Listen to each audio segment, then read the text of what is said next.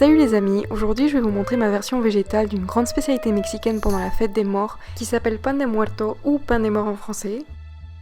En fait il s'agit plutôt d'une brioche et sa forme bien caractéristique représente le crâne et les ossements des défunts. Je sais que ça peut paraître assez glauque mais au Mexique tout se fait dans la joie et la bonne humeur. Pour 3 brioches moyennes, on aura besoin de 500 g de farine de blé, 30 cl de lait végétal à température ambiante, moi j'utilise du soja vanille, 100 g de purée d'amandes, 70 g de sucre complet ou de coco, 60 g de purée de pommes de terre, une demi-cuillère à soupe d'extrait de vanille, 11 g de levure de boulanger déshydratée, le zeste d'une orange non traitée et une pincée de sel. Ah oui, et pour la présentation, on aura aussi besoin d'un peu de confiture d'orange ou d'abricot et du sucre vanillé. On va commencer par verser la levure de boulanger dans un grand saladier. On ajoute environ 2 cuillères à soupe de farine et 1 cuillère à café de sucre.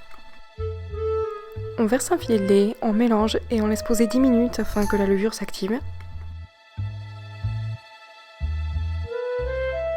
Une fois que c'est fait, on peut ajouter tout le reste des ingrédients à part la purée d'amandes et de pommes de terre. On mélange bien, moi j'utilise un robot mais on peut tout à fait le malaxer avec les mains. Une fois qu'une pâte commence à se former, on peut ajouter la purée de pommes de terre et d'amandes. On poursuit le pétrissage quelques minutes jusqu'à obtenir une pâte homogène et légèrement collante comme ceci. Ensuite, on la transfère sur un plan de travail fariné et on la pétrit à la main quelques instants jusqu'à obtenir une jolie pâte bien souple.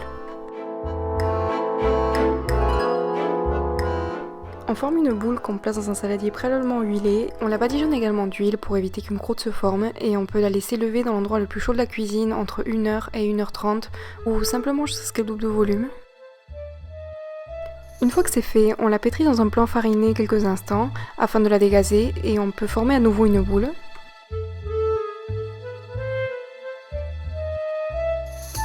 On la divise en 4 parts égales qu'on boule également. Ensuite, on en place 3 sur une plaque recouverte de papier de cuisson et la 4e nous servira pour la décoration. Afin de former les crânes et les ossements, on va commencer par lui donner une forme de boudin. On le détaille en 6 morceaux identiques. Une fois que c'est fait, on prélève environ un tiers de chaque morceau pour former les crânes et le reste du morceau nous servira à former les ossements. Pour les former, je pense que les images parlent mieux que les mots, mais en gros on doit obtenir un bâtonnet assez fin avec 4 bosses comme ceci. Pour les crânes, rien de plus simple, on doit juste former une petite boule. Une fois que les décorations sont prêtes, on badigeonne les pains de lait végétal. On dispose 2 ossements sur chaque pain en les croisant comme ceci. On place le crâne au centre en finissant par un dernier coup de pinceau.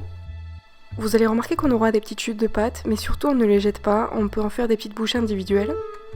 On les laisse lever une dernière fois pendant une demi-heure, et ensuite on peut les placer dans un four à 180 degrés pendant 20 minutes, ou jusqu'à ce qu'ils soient bien dorés comme ceci. Une fois qu'ils ont légèrement refroidi, on n'a plus qu'à les badigeonner avec de la confiture et les saupoudrer de sucre vanillé.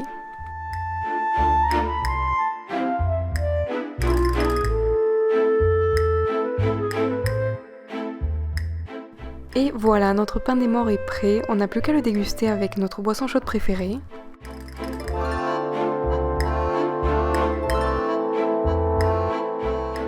Il est aérien, moelleux et gustativement je retrouve vraiment le pain que je mangeais au Mexique.